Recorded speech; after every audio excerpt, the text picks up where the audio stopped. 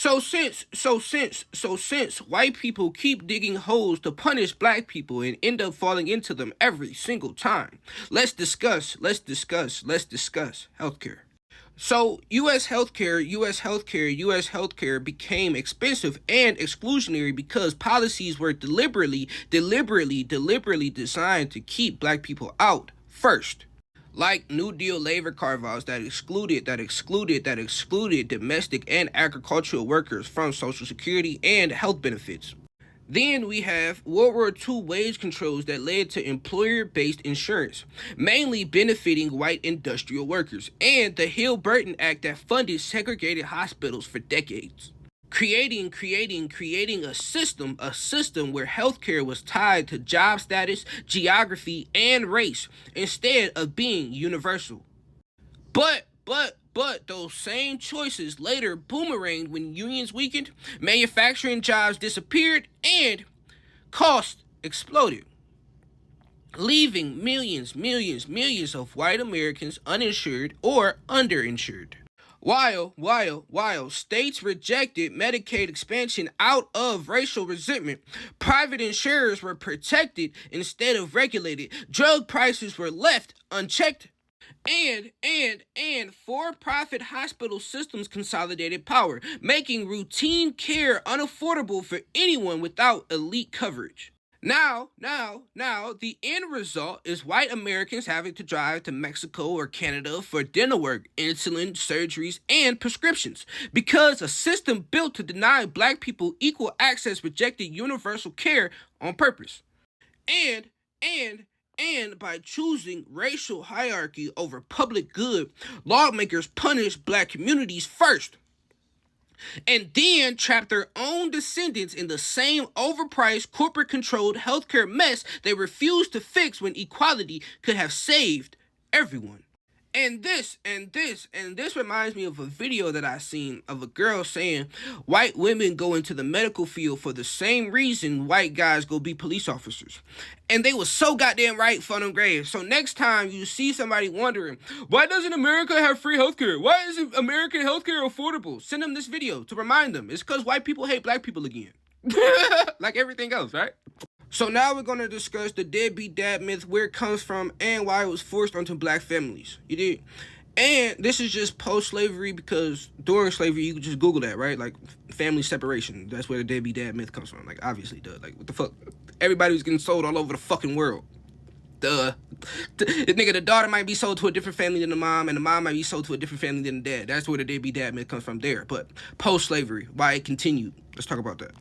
So the the no man in the house welfare rules from the 1930s through the 1960s forcibly removed black fathers by threatening families with a total loss of benefits if a man was present. Creating a government engineered father absence that had never existed in black communities before, naturally. After the state physically pushed black men out, politicians and the media flipped the blame by inventing the deadbeat dad stereotype to make it look like a cultural flaw rather than a policy-made crisis. Justifying mass incarceration, child support criminalization, and heavy policing. You understand how all of this shit is connected? Let me get back to it. As generations of black women were forced to survive without male partnership, first through welfare surveillance, then through incarceration, stealing potential partners. Now watch how I break this shit down for you folks. Listen.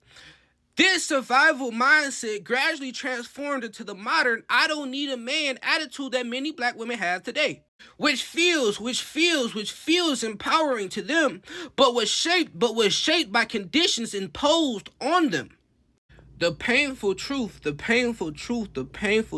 that this independence narrative often functions as the final stage of the same system, turning black women into unknowing programmed pawns in a strategy designed to separate them from black men, while convincing both sides the division is natural.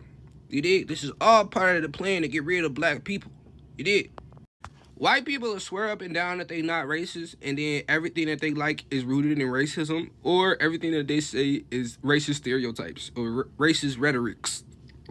Like, hold on, folks. That's if it quack like a duck, walk like a duck. I got some news for you on what it is, gang. And then niggas be trying to, oh, I got black friends. Stay way out of shit, folks. Listen, your black friend don't stand for shit. Ain't never stood for shit. That is not the person you wanna be. You wanna bring up right now. That nigga damn near might be white, folks. Yo, hey, you wanna know if a black person is racist or not? But like a coon racist, you know what I'm saying? Ask them, do they support black-owned businesses? And I swear to God, brother, this is the most important thing. I said this in a video already, but a lot of black people hate themselves, and they show their hate in themselves through black businesses, for them girl, right? So, like, think about this. They always want to say, oh, black businesses think they're above critiques, blah, blah, blah, blah.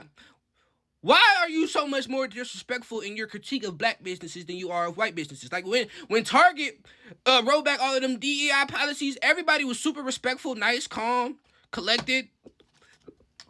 They wanted everybody to boycott respectfully and shit like that, right? But when it come to black-owned businesses, a motherfucker start talking about your grandmama. Fuck my granny do to you, bro? What the fuck? Fuck granny. What the fuck my granny do to you? What the hell? Like, what the fuck?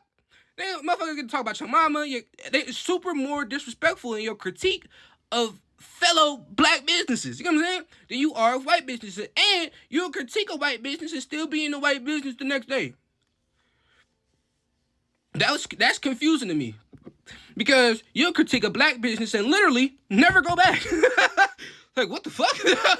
Hey, this is for all non-black people. Stop saying nigga. Now let me explain to you why. So, non-black people saying nigga is racist because the word was created, enforced, and weaponized specifically to dehumanize black people through slavery, lynching, segregation, and law. And while some non-black people convince themselves it's free expression or freedom of speech, that logic collapses because free speech does not erase historical power, intent, or harm. Especially when a word only exists due to racial violence. Even though I stop automatically calling every non-black person racist for saying nigga, once I realized many of them say it to each other and even amongst themselves. Like a Mexican motherfucker and a white motherfucker are casually just be hanging with each other, calling each other nigga. Like, what the fuck? Not out of solidarity or understanding like stupid ass Mexicans or white people want you to believe, but out of ignorance, imitation, and follower mentality, which is especially ironic given their own ancestors would have been punished or killed for using that word amongst themselves. Yet they'll still copy black culture while simultaneously harboring anti-black attitudes. Black people use the word as a form of linguistic reclamation, taking a slur meant to strip humanity and reshaping it into a term of endearment or survival. But reclamation only belongs to the group that was targeted, which is why non-black people should not say nigga regardless of how often they hear it. Just like all slurs remain unacceptable outside the harmed group, because slurs exist to mark who is allowed power and who is meant to be degraded, not to be casually shared or mimicked. You understand? So, since I always see white people bringing up, oh, we went through slavery too. White people went through slavery too. Why do black people always bring up their slavery? White people went through slavery too. Let me tell you the truth about white slavery. So, the phrase white slavery is historically inaccurate because it mostly described indentured servitude, penal labor, or debt bondage that was temporary, contract limited, and recognized the person as legally human, allowing Europeans to practice religion, read and write, marry lawfully, own property, testify in court, hold office, revolt, and fully reintegrate into society after their term ended. By contrast, let's compare. Black chattel slavery was racial, permanent, inheritable, and codified into law, stripping Africans of legal identity.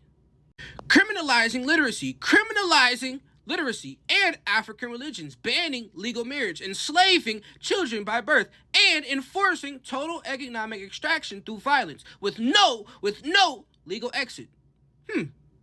Even even after formal emancipation, this system evolved into black codes, unfair healthcare, convict leasing, Jim Crow laws, sundown towns, lynchings by mobs and the police, COINTELPRO, assassination of black leaders, redlining, FHA loan denials, GI Bill exclusions, destruction of over 60 plus black towns. You understand?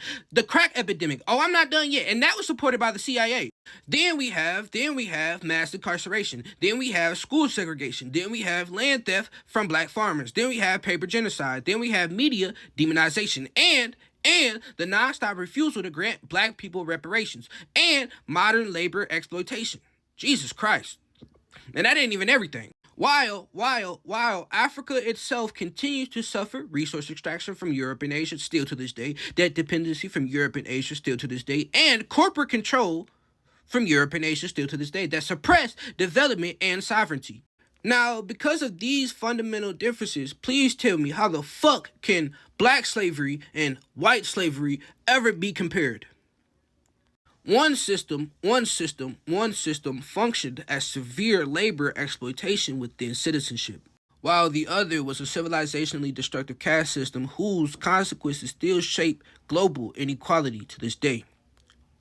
So since Elon Musk keep lying about fucking South Africa, I'm gonna tell y'all the truth, because people like Elon Musk are tricky people. He should have never even been in South Africa, first of all, and second of all, he wants people to hate him, because hate for those type of people equals more money.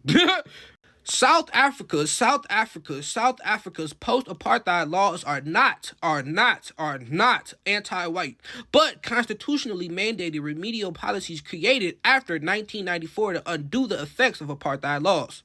Like the Natives Land Act of 1913, Population Registration Act of 1950, and dozens of past labor and property laws that legally stripped black South Africans of land, skilled work, education, and political power while concentrating wealth in a white minority. Disgusting shit. Now let's get back to it. Including the Employment Equity Act of 1998, Broad-Based Black Economic Empowerment Act of 2003, and Land Reform culminating in the Expropriation Act of 2024, exists because ending apartheid without correcting its economic outcomes would have frozen racial inequality in place, forcing black South Africans to compete equally with people who inherited land, capital, and institutions built through legalized racial theft. That kind of sounds like what's going on in America. Claims from figures like Elon Musk that South Africa now has more anti-white laws than anti-black laws are misleading and anti-black, because they deliberately strip these laws of historical context, falsely equate corrective justice with oppression, and reframe black self-determination and restitution as racism, while ignoring that apartheid itself was one of the most explicit, law-heavy systems of anti-black oppression in human history. Go. Okay, don't forgive or don't forget, bitch, I'ma hold a grudge.